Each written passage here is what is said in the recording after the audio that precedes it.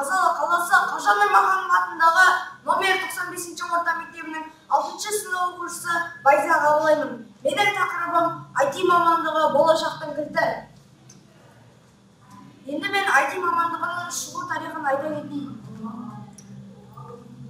IT мамандығы 20-шы ғасырдың 60-шы жылдары алғашқы электронды есептеуіш машиналар жасалған кезде пайда болды. Бастапқыда инженерлер перфокарталар мен магниттік тасымалдағыштарда жиналған деректермен жұмыс істеді. Ақпараттық технологияның тарихы 20-шы ғасырда пайда болған қазіргі информатика пәнінің пайда болуына бұрын басталды. Ақпараттық технология IT объектінің процестің немесе құбылыстың жай-күйі туралы жаңа сапалы ақпарат алу мақсатында деректерді жинау, өңдеу және беру әдістері мен құралдарын зерттеумен байланысты. Адамдар ақпаратты сақтауды, алуды, өңдеуді және беруді шумерлер жасауды ойлап тапқаннан бері шамамен 3000 жылдар шамасында, бірақ қазіргі мағынасында ақпараттық технология термині алғаш рет 1958 жылы Гарвард бизнес школы мақаласында пайда болды. Оның авторлары Гарольд Левит пен Томас және Уислер. Бұл жаңа технологияның әлі бір қабылданған атауы жоқ. Біз оны ақпараттық технология IT деп атаймыз.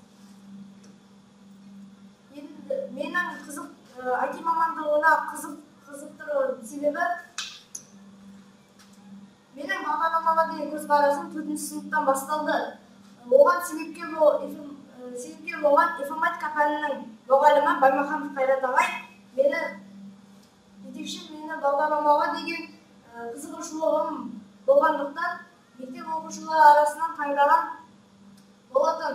Жетекшімен бірге ең әуелі Паскал бағдарламау тілінде үйрене бастадым. IT саласына жетекшімен бірге қызығушылығым ары қарай арта бастады.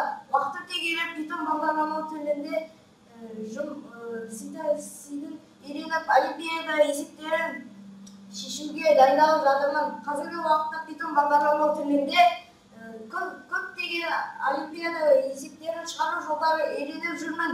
Алдағы уақытта көп жоспарларым бар. Оқушыларға бағдарлама бойынша олимпиада өткізуге арналған картес жасап шығаруға жұмыс жасаймын деген сенімім бар. Осы үйренгенімнің бәрін іні қарындастарыма да үйреткім келеді. Қазақстанның IT саласының дамуына кішкене болса да өз үлесімді қосамын деген ойдамын. Енді мен сіздерге IT мамандығының пайдалы кеңестерін айта кетейін. Бұл маман иелерінің аяқтарына айтпасақ та білесіздер деген ойдамын.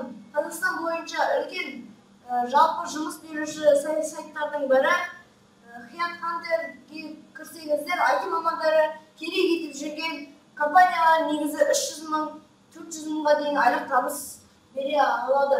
Одан бөлек белгілі бір компанияларда жұмыс жасайтындар 1 миллионнан аса табыс табады. IT мамандары 3 түрлі жерде жұмыс жасаса болады. Мемлекеттік қызметте, яғни мемлекеттік мекемеде және де жеке компанияларда, жеке кәсіпкерлердің тағы да басқа. Үшінші фриланс ретінде жұмыс жасап, үйде отырып та белгілі бір сайттардың, ойындардың, мобильді қосымшалардың разработкасын жасап, дизайн жасап та табыс таба алады. Енді мен сіздерге атақты адамдарға айтар өтейін. Міне, Стив Джобс бұл Apple корпорациясының негізін қалаушы. Екінші Билл Гейтс бұл Microsoft компаниясының негізін қалаушысы. Гвидо ван Руссум дегеніміз бұл Python бағдарламау тілінің авторы.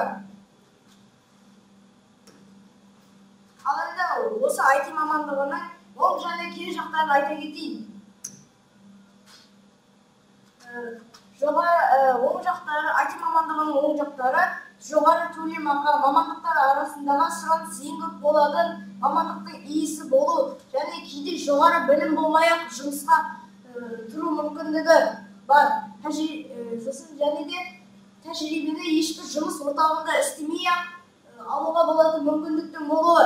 Ал теріс жақтары дәріс беру кезінде қатып қалған заңдылықты, консервативті автоматизмді қайталай беру бағдарламашыға түсінікті болған алгоритмнің студентке түсініксіз болуы мүмкін. Және біркелкі математикалық алгоритмдермен жұмыс істей бергеннің арқасында күйзеліске ұшырауы. Маңызды қасиеттері бағдарламашы өте жылдам дамып жатқан технологияларда бейімделе білуі қажет. Сол себептен өзін-өзі оқыту ең басты қасиеттерінің бірі болуы тиіс. Енді мен пайдаланған әдебиеттеріне тоқталып өтейін. Бұл менің жұмыс барысында пайдаланған әдебиеттерім. Ал енді тыңдағандарыңызға рахмет.